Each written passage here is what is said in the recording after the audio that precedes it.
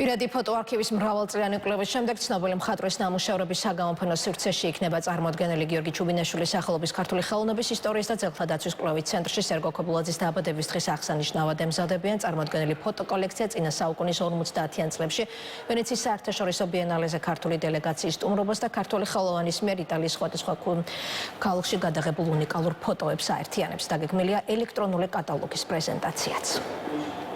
ეს იყო ვენეციის ბიენალე 21-ე. ეს არის წელი, როდესაც საბჭოთა კავშირის დელეგაცია პირველად გადის საზღვრიდან ასეთ მნიშვნელოვან ღონისძიებაზე. 1956 წელს საბჭოთა დელეგაციის გამგზავრება იტალიაში ვენეციის საერთაშორისო ბიენალეზე მნიშვნელოვანი მოვლენა იყო.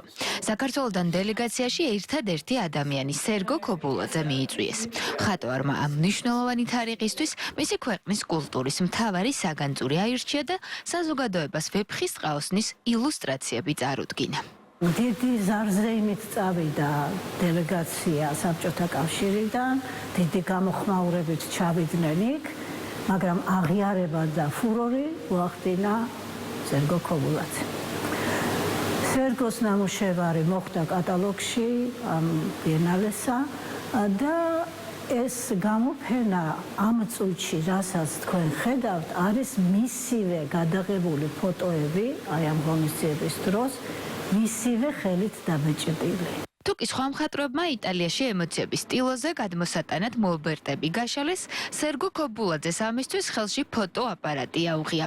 კედლებზე თემატურად დაჯგუფებულ ფოტოებს კონტექსტის გათვალისწინებით თუ შევხედავთ, დაახლოებით შევიგრძნობთ, რას გრძნობდა ავტორი გადაღებისას, რა მოსწონდა, აინტერესებდა, ან სულაც აღაფრთოვანებდა. იტალიაში გადაღებული ფოტოები მისი პირადი არქივიდან, იმ მარშრუტის მიხედვითაა დალაგებული, რომლითაც დელეგაცია მიმოგზაურა. ეს არის მხატვრის თვალით დანახული კადრები.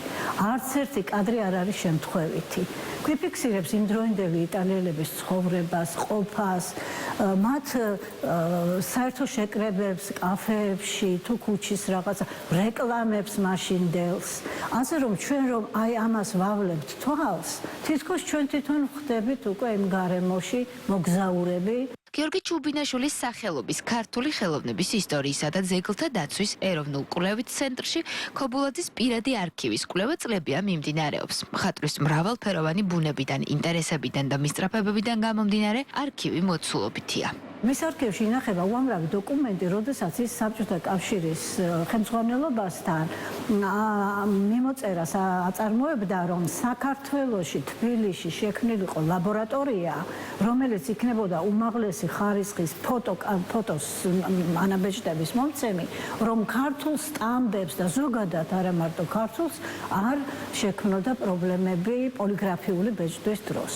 და ზუსტად აი ამ ძალიან დიდი მიმოწერისა და მცდელობის შემდგომ დაარსდა ლაბორატორია.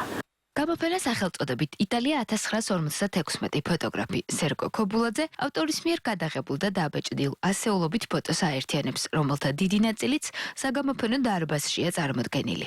ფართო საზოგადოება სერგო ქობულაძეს კარგად იცნობს, თუმცა ამ გამოფენით და კატალოგით მას სრულიად ახალი ფოტოგრაფის ასპექტით გაიცნობთ. ექსპოზიციაზე შევეცადეთ, რომ გვეჩვენებინა ის მარშრუტი, რაც სერგო ქობულაძემ და საბჭოთა კავშირის დელეგაციის სხვა წევრებმა გაიარეს და ეს ყველაფერი დაფუძნებულია იმ კვლევაზე, რასაც ჩვენ ვაწარმოებთ მის არქივში. ექსპოზიცია სერგო ქობულაძის დაბადების დღეს 7 თებერვალს გაიხსნება. ჩუბინაშვილის ცენტრისა და ხელოვნების საკონსულტაციო კომპანია რიჩარდ ვიზუალის ორგანიზებით, ასევე მომზადებულია ალბომის ელექტრონული ვერსია, რომელიც ეძღვნება სერგო ქობულაძის დაბადებიდან 115 წლის თავს. ქართველი გრაფიკოსის, თეატრის მხატვრის, ფერმწერის და მე-20 საუკუნის ქართული სახვითი ხელოვნების გამორჩეული წარმომადგენლის სერგო ქობულაძის ფოტოების ნახვა მსურველებს 21 თებერვლამდე შეეძლებათ.